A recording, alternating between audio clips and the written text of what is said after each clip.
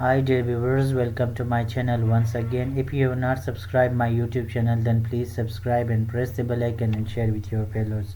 So let's come toward the topic, that is hemolysis.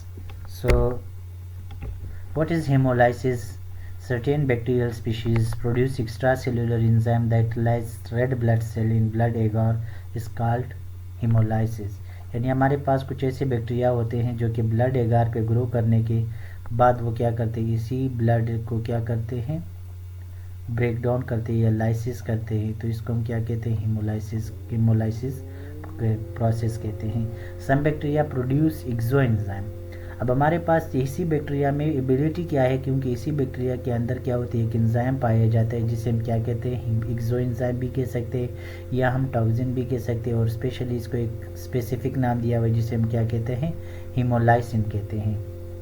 यानी with the help of the haemolysin it's degrade the red blood cell and haemoglobin and produce the clear zone. ये हमारे पास क्या करते हैं, break down करता है RBC को और क्या करते हैं, क्लियर जोन बनाती है। अब हेमोलाइसिन हमारे पास क्या है, एक्सोटॉक्सिन है, सही है। अब दो टाइप के टॉक्सिन प्रोड्यूस होते हैं, एक हमारे पास क्या होती है, इंडो होती है, और दूसरा हमारे पास क्या होती है, एक्सो होती है। इंडो हमारे पास वो एंजाइम है जो कि अंदर प्रोड्यूस होती हैं और अंदर ही इसकी फंक्शन होती है, लेकिन एक्सो का कुछ प्रोसेस अलग है, क्योंकि ये प्रोड्यूस इंटरनली होता है लेकिन वो क्या करते हैं, इसकी फंक्शन बाहर होती है, सही है।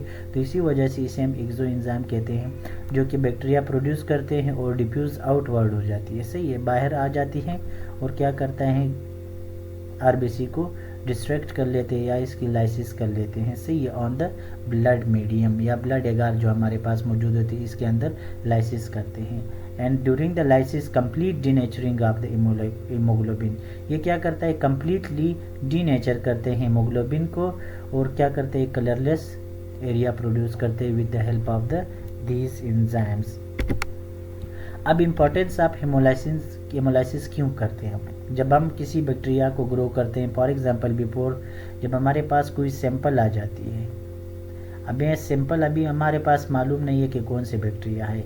फॉर एग्जांपल जब आपने इसकी ग्राम स्टेनिंग कर ली, ग्राम स्टेनिंग के बाद हमारे पास क्या होती है, स्टेनिंग के दौरान ये हमारे पास कोकाई शेप में आ जाते हैं, सही है। जो हमारे पास कोकस शेप में आ जाते हैं उसे हम क्या कहते हैं, या स्ट्रेप्टोकोकस कहते हैं या स्टेफाइलोकोकस कहते हैं, और इसके साथ साथ वो कौन सी रिजल्ट देती है, पॉजिटिव।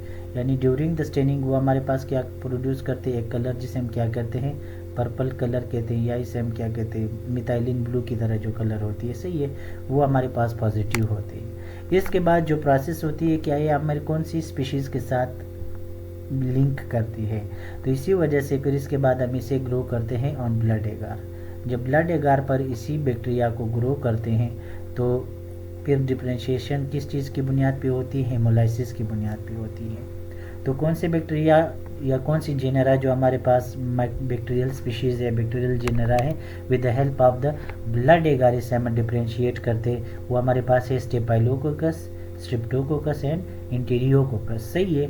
ये एक दूसरे यानी डिफरेंशियल के लिए हम क्या करते हैं, इसे डिफरेंशियल मीडिया पे ग्रो करते हैं, जिसे हम ऑलरेडी क्या कहते हैं, ब्लड मीडिया कहते हैं या ब्लड एगार कहते हैं, क्योंकि ये डिफरेंशिएट करता है मुख्तलिफ स्पीशीज़ को मुख्तलिफ कॉलोनी से, सही है। और इसको हम ब्लड एगार को एक दूसरा नाम भी दे सकते हैं जिसे हम क्या कहते हैं, इनरिच्ड मीडिया, क्या कहते हैं, इनरिच्ड मीडिया कहते हैं, सही है, क्योंकि ये best source of the nutrient for the growth of the bacteria. अब हमारे पास 3 टाइप ऑफ हेमोलाइसिस आते हैं, सही है। एक हमारे पास अल्फा हेमोलाइसिस आते हैं और दूसरा हमारे पास क्या है, बीटा हेमोलाइसिस, और नंबर 3 क्या है, गेमा हेमोलाइसिस। अल्फा हेमोलाइसिस हमारे पास क्या होता है, इनकम्प्लीट हेमोलाइसिस होती है, और बीटा हमारे पास क्या होती है, कंप्लीट होती है, और गेमा में क्या हो सकती है, नो हेमोलाइसिस, सही है। और फोर्थ हमारे पास रेयर टाइप से सम टाइम ये हमारे पास क्या आते हैं, इस तरह की बैक्टीरियल कॉलोनीज होते हैं जिस प्रोड्यूस करते हैं अल्फा प्राइम या वाइट जोन अल्फा हेमोलाइसिस आ जाती है। Let's come toward the alpha haemolysis. Alpha haemolysis हमारे पास क्या है, partially lyses the RBC to produce a greenish grey और ब्राउनिश कलर। अब after the incubation of the 24 hour जब बैक्टीरिया ग्रोथ करते हैं, ग्रोथ करने के बाद वहाँ पे क्या प्रोड्यूस होती है, जो कि ब्लड जो हमने यूज़ किया हुआ है, शीप का ब्लड जो हमने यूज़ किया हुआ है, सही है।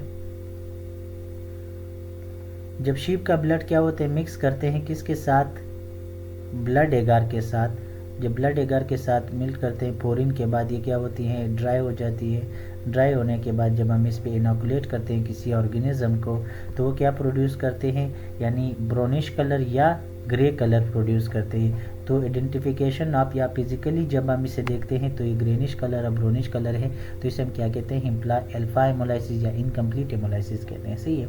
Alpha haemolysis is due to the reduction of RBC haemoglobin to methaemoglobin. अब ये क्या करते हैं, रिड्यूस करता है, रिडक्शन फॉर्म में हेमोग्लोबिन को कौन से फॉर्म में तब कन्वर्ट करते हैं, मेटामोग्लोबिन में, इन the medium surrounding the colony.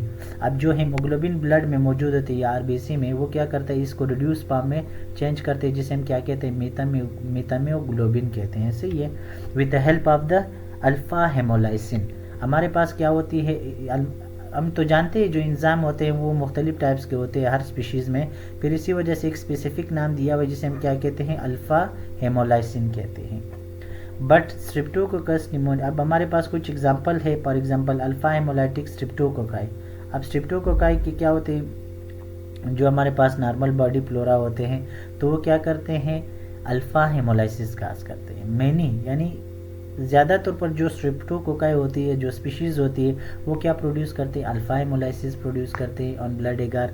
और लेकिन कुछ स्ट्रिप्टोकोकस निमोनिया जो हमारे पास है वो भी क्या प्रोड्यूस करते हैं, क्या शो करते हैं, अल्फ़ा हेमोलाइसिस शो करते हैं with the help of the alpha haemolysin, जो कि इसके अंदर सेल में एक एंजाइम बनती है। सही है। इसके बाद हमारे पास आती है सेकेंड टाइप की बीटा हेमोलाइसिस। बीटा हेमोलाइसिस हमारे पास वो टाइप है जो कि क्या होते हैं, जिसे हम क्या कहते हैं, कंप्लीट हेमोलाइसिस कहते हैं। क्या कहते हैं, complete haemolysis. Beta haemolysis is a complete haemolysis of RBC resulting in the distinct clear या कलरलेस जोन प्रोड्यूस करते हैं। सही है। Surrounding the under the colony, जो बैक्टीरिया ग्रो करते हैं after the incubation of 24 hour, तो वो क्या प्रोड्यूस करते हैं, इसी आरबीसीज को कन्वर्ट करता है, बिल्कुल डिस्ट्रॉय करते हैं, या इसे हम क्या कहते हैं, डिस्ट्रक्शन भी कह सकते हैं। तो क्या करते हैं, क्लियर जोन प्रोड्यूस करता है। अब यहाँ पे आप देख सकते हो इस ब्लड एगार प्लेट पे ये क्या होती है, यहाँ पे क्लियर जोन है। अब ये पे देखो बिल्कुल क्लियर ट्रांसपेरेंट जोन प्रोड्यूस हुई है। इसको हम क्या नाम देते हैं, बीटा हेमोलाइसिस कहते हैं। With the help of the beta haemolysin exoenzyme और toxin that is produce in the bacterial cell, और इसके अंदर जब वो क्या करते हैं, डिफ्यूज फॉर्म में आ जाते हैं बाहर, तो क्या करते हैं, fully convert the haemoglobin into the, या complete destruction of the haemoglobin. हमारे पास कुछ ग्रुप्स है जिसे हम क्या कहते हैं, बीटा हेमोलाइटिक स्ट्रिप्टोकोकाई कहते हैं। सही है। अब कुछ स्ट्रिप्टोकोकाई मैंने ऑलरेडी बता दिया, जैसे कि स्ट्रिप्टोकोकाई निमोनिया हमारे पास होती है, वो क्या प्रोड्यूस करते हैं, अल्फा हेमोलाइटिक। लेकिन बीटा जो हमारे पास ग्रुप होती है या ग्रुप ए, वो क्या प्रोड्यूस करते हैं, वो बीटा हेमोलाइसिस प्रोसेस इसके अंदर प्रोड्यूस होती है with the help of the exoenzyme. इसमें से मोस्ट कॉमन जो है वो स्ट्रिप्टोकोकस पायोजेंस है, और ग्रुप बी हमारे पास जो है बीटा हेमोलाइटिक स्ट्रिप्टोकोकाई है वो स्ट्रिप्टोकोकस एग्लेटिशिया, ये नाम याद रखें। And the second one is the beta haemolytic organism है वो स्टेफाइलोकोकस में हमारे पास एरियस होता है, एलिसीरिया मोनोसाइटोजेंस होती है, और इसके साथ साथ हमारे पास बेसिलस सीरियस होती है। अब ऑलरेडी मैंने मेंशन किया है, जो प्रीवियस हमारे पास स्लाइड थी उस पर अल्फ़ा हेमोलाइसिस था, उसमें दोनों मेंशन थे ग्राम पॉजिटिव जो थे।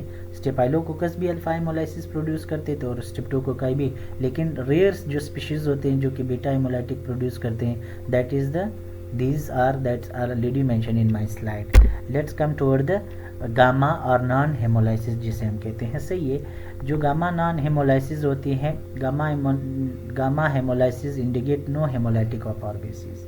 अब ये वो स्पीशीज़ है जिसके अंदर एक यही एंजाइम नहीं प्रोड्यूस होती, यही टॉक्सिन प्रोडक्शन नहीं होती, इसीलिए इस पे कोई लाइसिस नहीं होती, कोई जोन्स नहीं बनते हैं।